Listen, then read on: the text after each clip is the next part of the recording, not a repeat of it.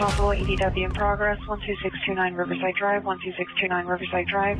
From apartment 514, PR hears two males fighting and wrestling, banging and yelling heard. Code 3 incident 506 and RD 969.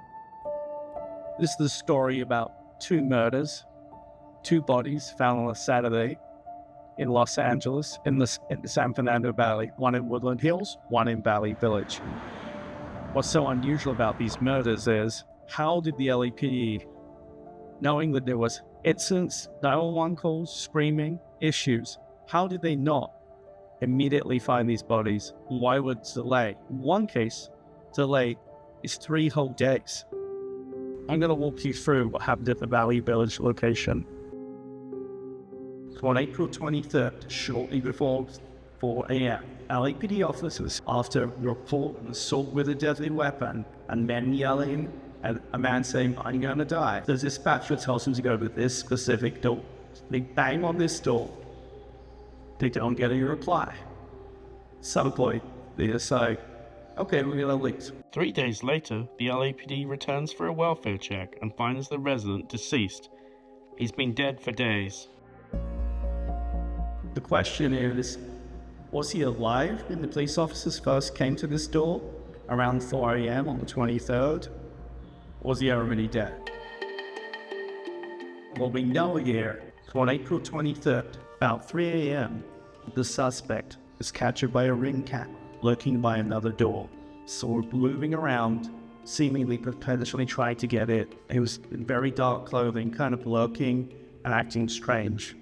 It was just a brief glimpse, but it was one which clearly showed who he was, and it matched the one which was captured on the staircase after the killing.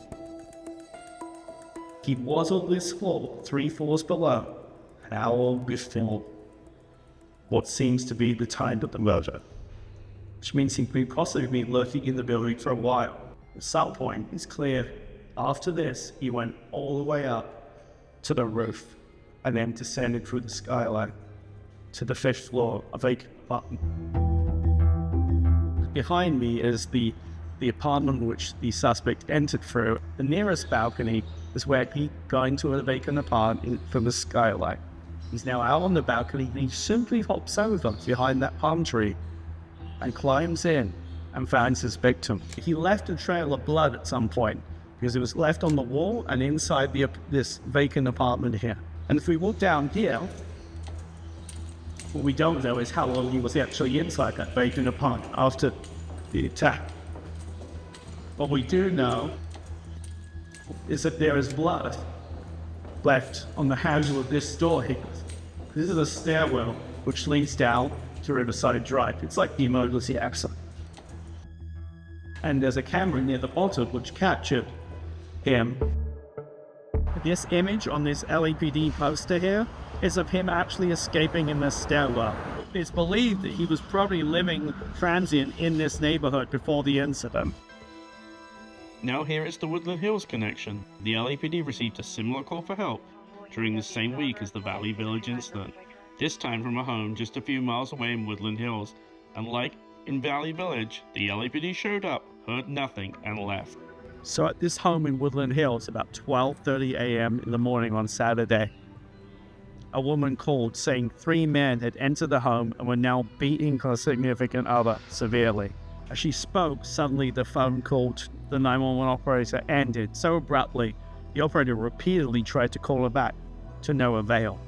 And then the dispatcher sent police unit here, and the police unit pulled up, looked into cars here, and then banged on this door repeatedly.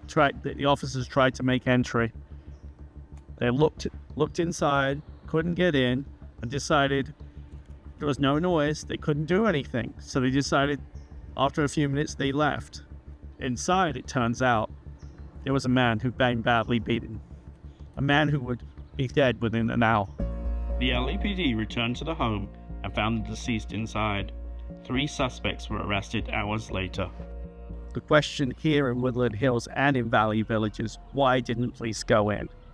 Why, given all the allegations of violence and activity at both locations, they just didn't do more than knock on the door? Why did they not go in?